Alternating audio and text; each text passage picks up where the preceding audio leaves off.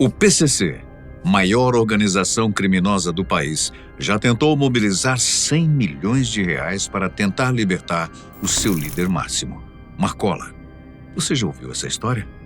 Hoje, em que o PCC novamente chega às notícias por escândalos milionários e talvez bilionários, vamos analisar esse caso que chocou o Brasil e mostrou até onde vai o poder da facção. Uma investigação de 2018 do Ministério Público de São Paulo e da Polícia Civil, com apoio federal, revelou um esquema complexo que o grupo estava preparando para uma operação de resgate do criminoso Marcola, líder da organização, condenado a 232 anos e 11 meses de prisão por crimes que vão do tráfico multimilionário de drogas a diversos homicídios. O plano envolvia a contratação de mercenários altamente armados, que não fazem parte do PCC, mas que receberiam dinheiro para executar a missão. Além disso, a facção investiu em armas de grosso calibre, granadas e até a compra de 2 aeronaves para garantir a fuga.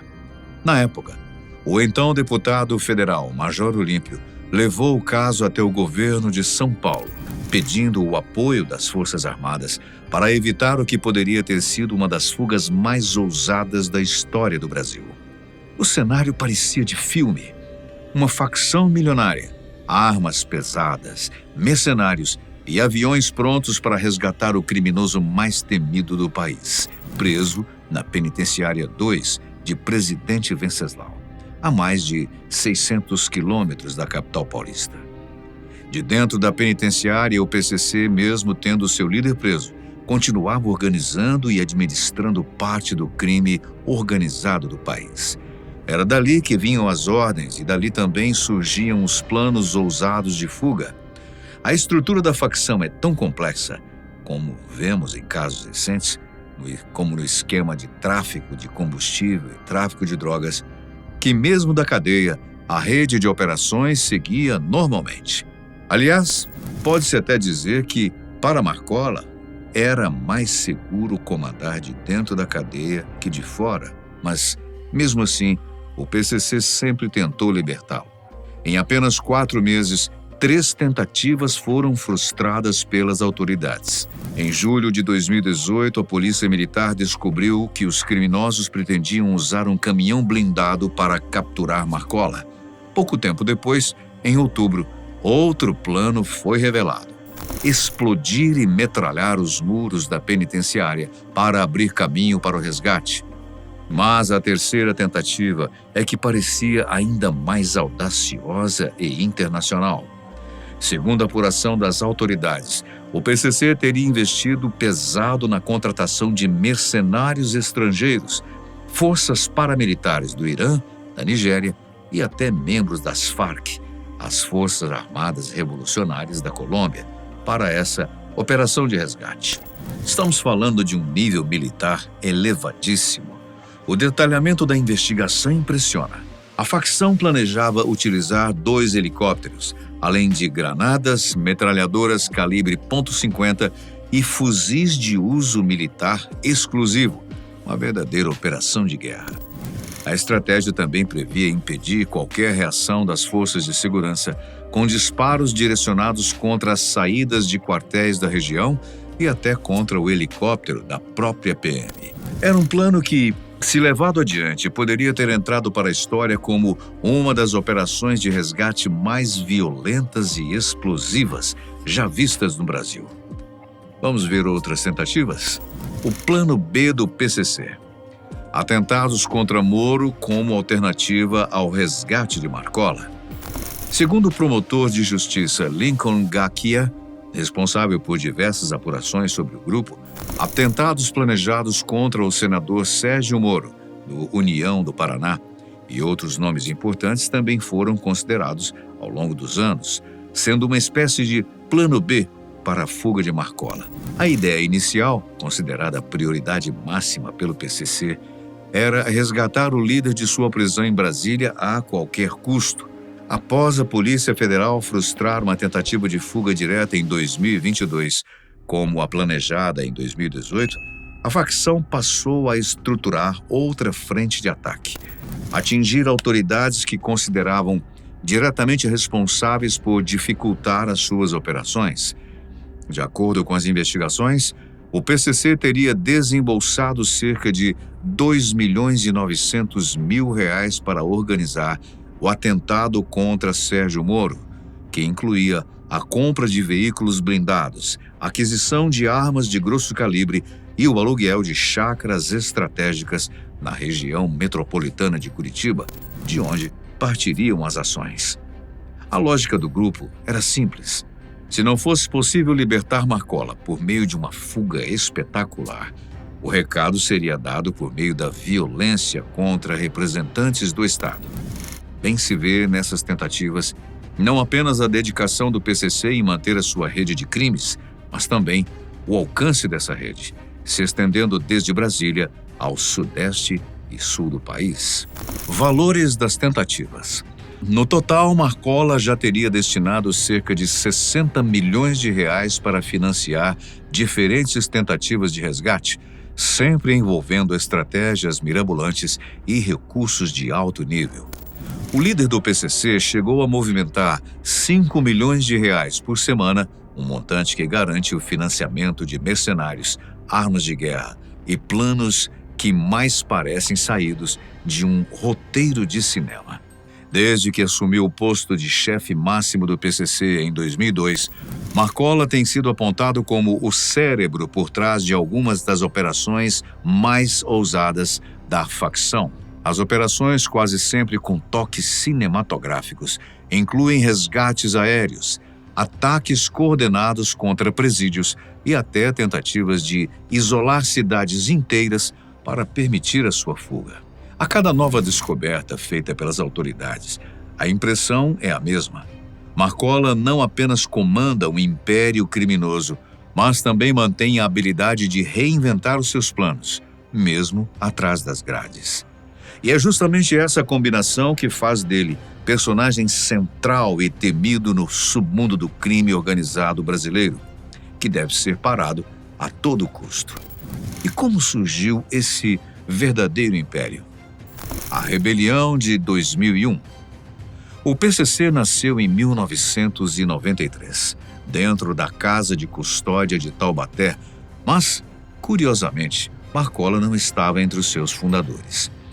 O seu nome só passaria a ser ligado oficialmente à facção em 2000, quando a Polícia Civil de São Paulo o identificou como parte da engrenagem criminosa. No ano seguinte, em 2001, já ganhava destaque entre os detentos ao ser apontado como um dos líderes da maior fuga e rebelião já registrada no sistema prisional paulista, da famosa prisão Carandiru, que foi palco de outros eventos históricos, como o terrível massacre de 1992.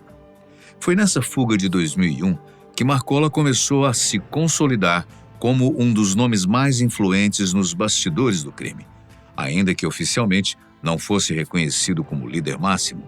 A suposta colaboração com a polícia. Em 2002, o clima dentro do PCC era de tensão.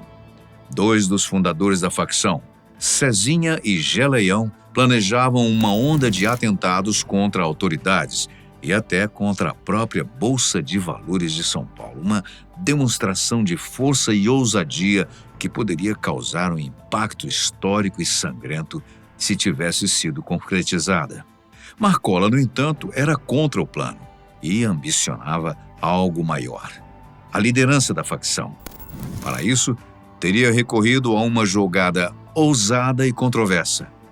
De acordo com investigações, ele teria colaborado secretamente com a polícia, entregando números de telefone usados pelos rivais. Oficialmente, ele sempre negou essa traição, mas o fato é que, naquele mesmo ano, Marcola assumiu o comando do PCC, pouco depois do assassinato de sua companheira Ana Maria Olivato. Se houve ou não delação, permanece uma dúvida até hoje. O que não pode se negar é que essa foi a virada que consolidou Marcola como o chefe supremo da facção. Um título que mantém há mais de 2 décadas, montado com dinheiro de drogas, sangue e operações fraudulentas. O terror de 2006, quando São Paulo parou. Foi no ano de 2006 que o PCC realmente mostrou a sua força e violência, numa guinada sem precedentes. Em resposta ao isolamento de 765 presos da facção na Penitenciária 2 de Presidente Venceslau, a organização mostrou a sua força de maneira brutal. Foram dias de verdadeiro pânico.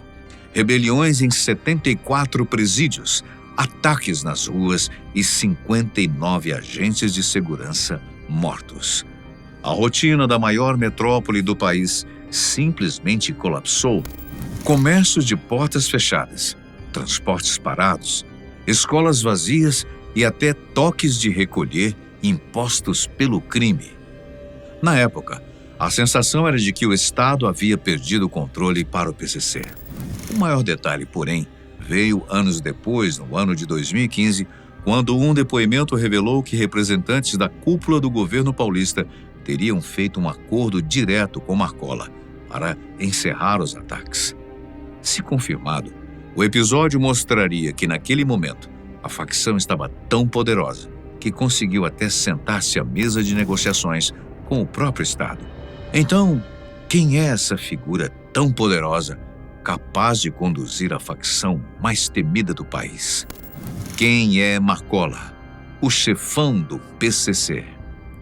Marcos Williams Herbas Camacho nasceu em São Paulo em 1968, filho de pai boliviano e mãe brasileira.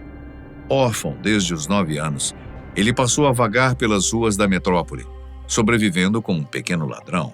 Foi nessa fase que ganhou o apelido que carregaria para sempre: Marcola, uma junção do seu primeiro nome com a palavra cola, referência à cola industrial que costumava inalar na adolescência.